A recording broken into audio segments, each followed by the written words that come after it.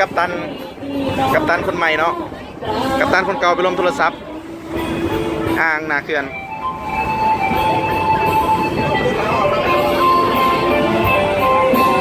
โย่